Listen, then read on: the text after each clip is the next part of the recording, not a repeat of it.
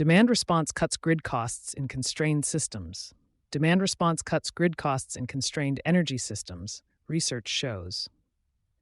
A peer-reviewed study published in PLOS Climate models multi-sector demand response across California and New England through 2030 and finds that even modest program adoption can unlock meaningful cost savings, particularly in grids where transmission and pipeline capacity are already running tight.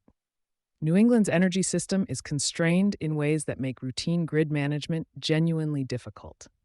Limited transmission capacity, restricted natural gas pipeline throughput, and accelerating electrification of heating loads that push winter peaks into unfamiliar territory.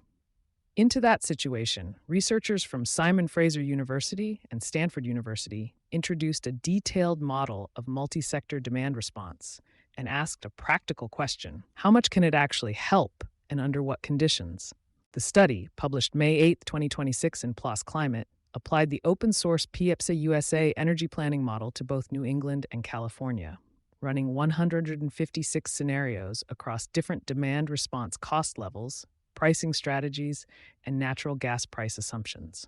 The results are not uniformly optimistic, but they are specific in ways that matter to facilities managers and energy procurement teams operating in regions where grid headroom is shrinking. Thermal demand response reduces heating capacity requirements in New England by more than 80%.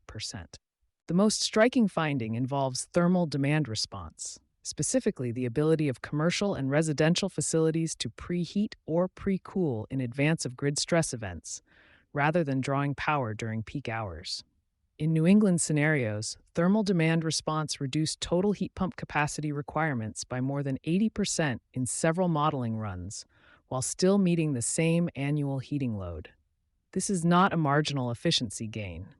It reflects the degree to which load-shifting flexibility in the heating sector can substitute for expensive physical infrastructure.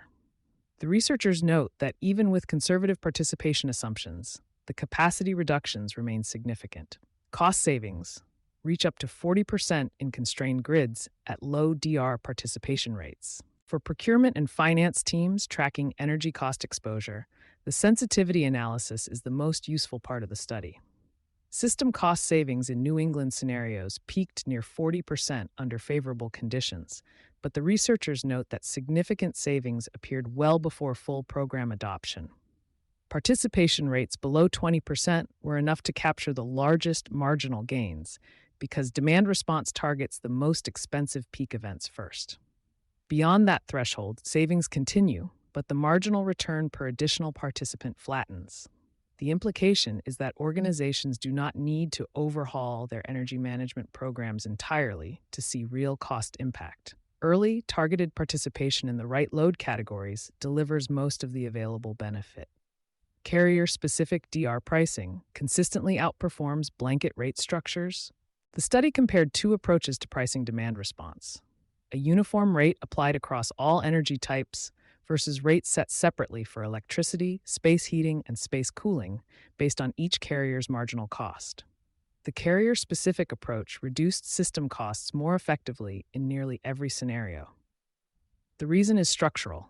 Electricity is significantly more expensive than thermal energy, so applying an electricity-weighted blended rate to thermal loads effectively overprices those loads and leads system planners to build additional capacity rather than shift demand.